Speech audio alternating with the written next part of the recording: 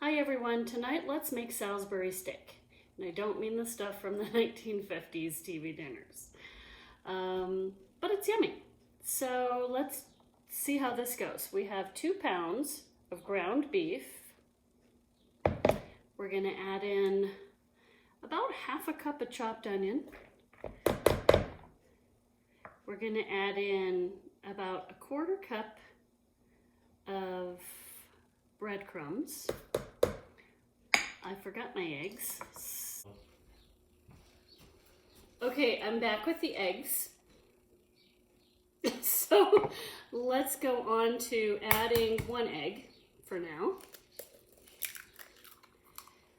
I have maybe 1/4 cup of parsley. We're gonna do a teaspoon of marjoram. If you don't have marjoram, you could use a little thyme, but not a full teaspoon, maybe half a teaspoon. Let's do half a teaspoon of garlic, half a teaspoon of onion powder, and we're going to add Worcestershire sauce. I'm gonna say a tablespoon. So let's do a tablespoon of that. That looks about right.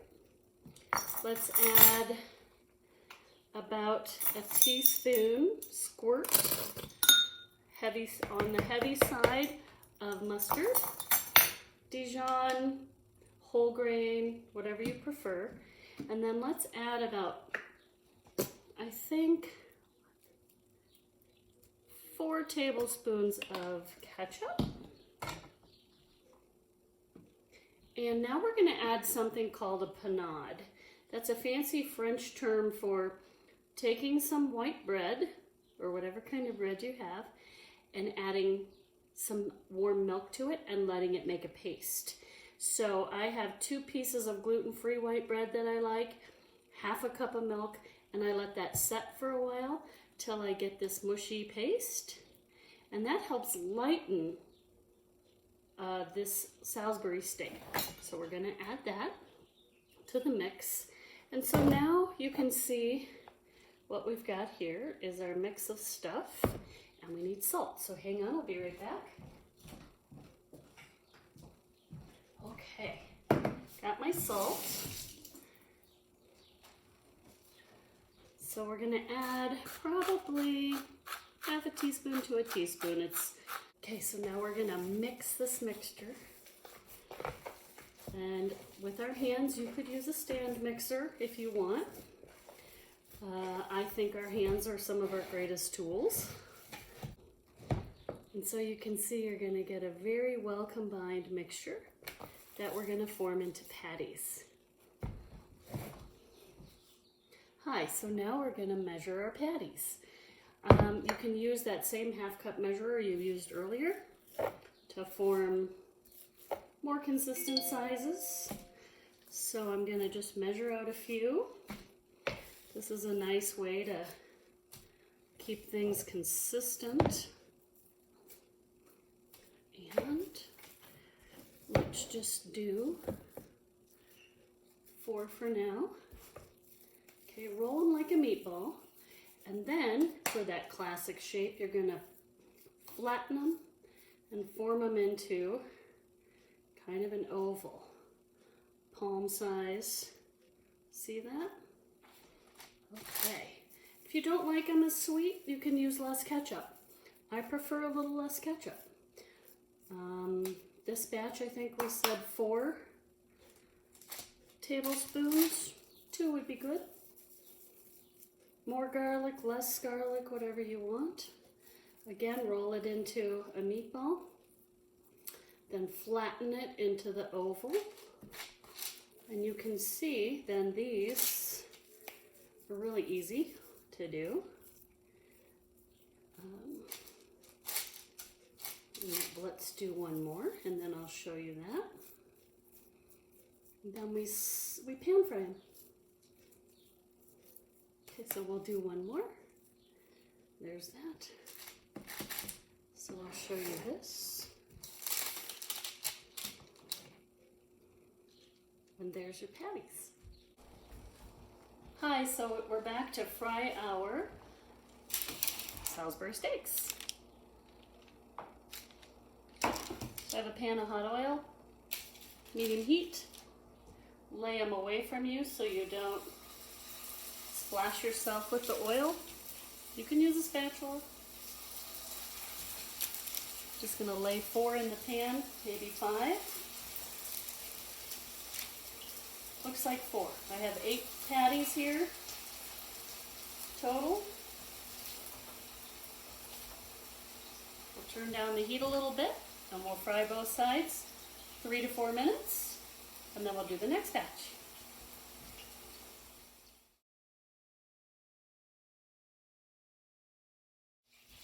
Okay, so we're done with our first batch. We're going to take those out to our tray. Notice I'm using a fish spatula.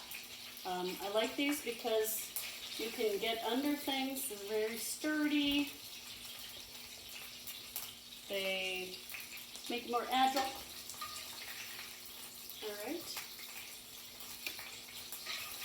So, remove all those, and we'll go ahead and add our next batch to the fry pan.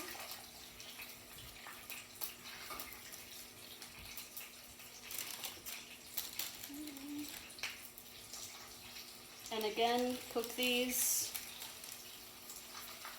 about 3 or 4 minutes aside. Then we'll show you how to make gravy. So here's what we have midway. Beautiful Salisbury steak.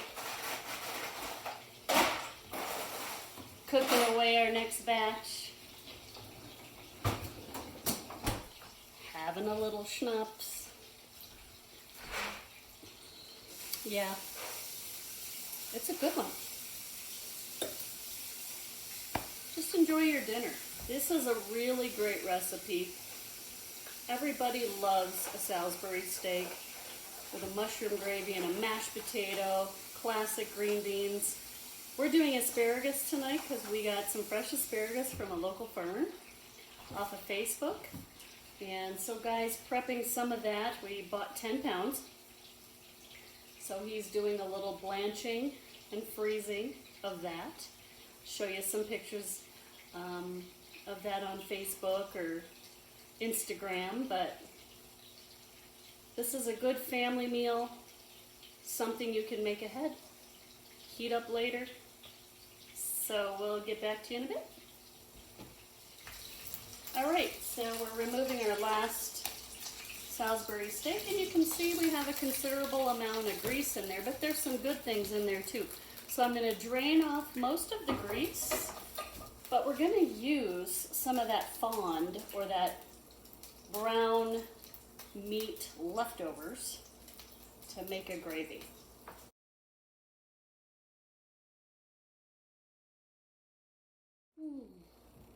So now we'll make a quick mushroom gravy. We've got our pan with some wonderful leftovers in it. I saved and reserved the grease on the side in case we need a little more. Let me get the mushrooms.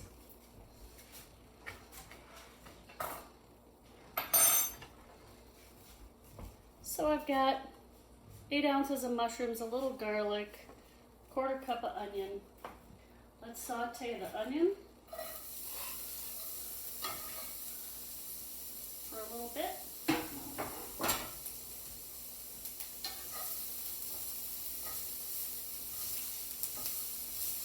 Okay.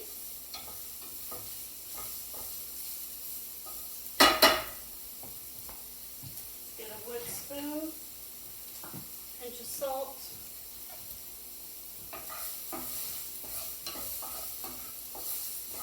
Once the mushrooms get a little, the onions get a little color, pick up that wonderful stuff off the bottom. You can decide if you need a little oil or not. I would like some. We're going to add the garlic. About a teaspoon, half a teaspoon, it's up to you. ounces of sliced mushrooms.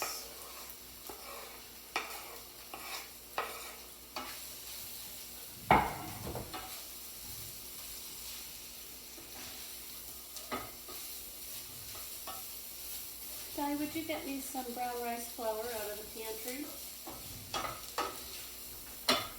The jar on the door there. There you go.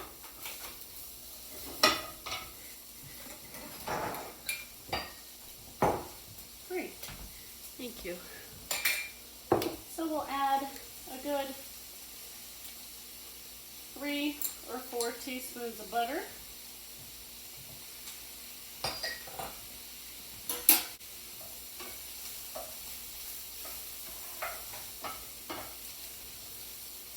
And we'll make a roux. Now because I'm gluten intolerant, we're going to use brown rice flour. I keep mine in a mason jar. Add about equal portions of what you had in butter to flour.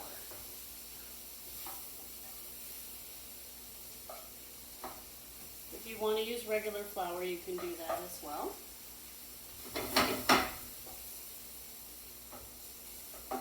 Saute your mushrooms for a bit.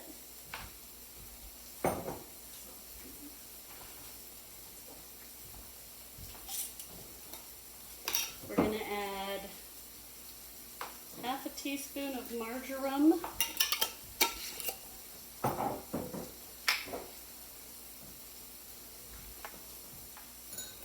And tonight I don't have beef broth, but what you would normally just use is some beef broth. I have some chicken broth. I'm going to add a pinch of rosemary. So about a 1/4 teaspoon. Get that going.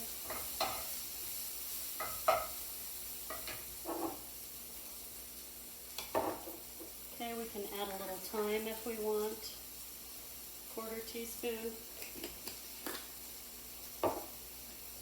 I'm going to use, like I said, chicken broth. If you had beef broth, then you're done.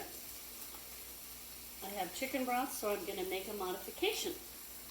So the modification is add the chicken broth, and I'm going to use a whole box.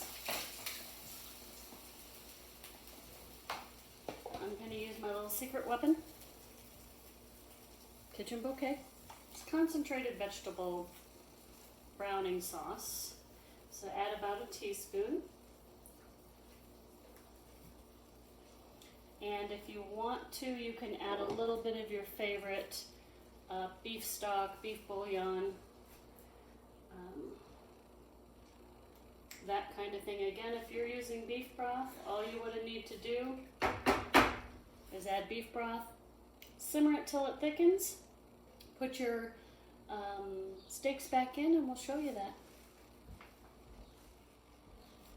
Hi, so the gravy is getting thicker, and you can reduce this as long as you like. I like to keep it a little thinner and then put my patties back in. So we'll go ahead and try to fit in all of our Salisbury steak. If you can't, you can put them in a casserole dish and finish them in your oven. Reheat them that way. I happen to have a big enough pan to do that in. I think. We shall see. One more. Get him in there. Nudge him in there. Perfect. Okay. We've got some beautiful little leftovers on this tray. And I say we get that in the gravy. So I'm going to scrape those extra juices in there.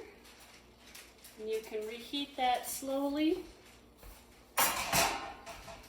Again, like I said, if you can't fit it all in your pan, put it in a nice casserole dish or even a 13x9 cake pan.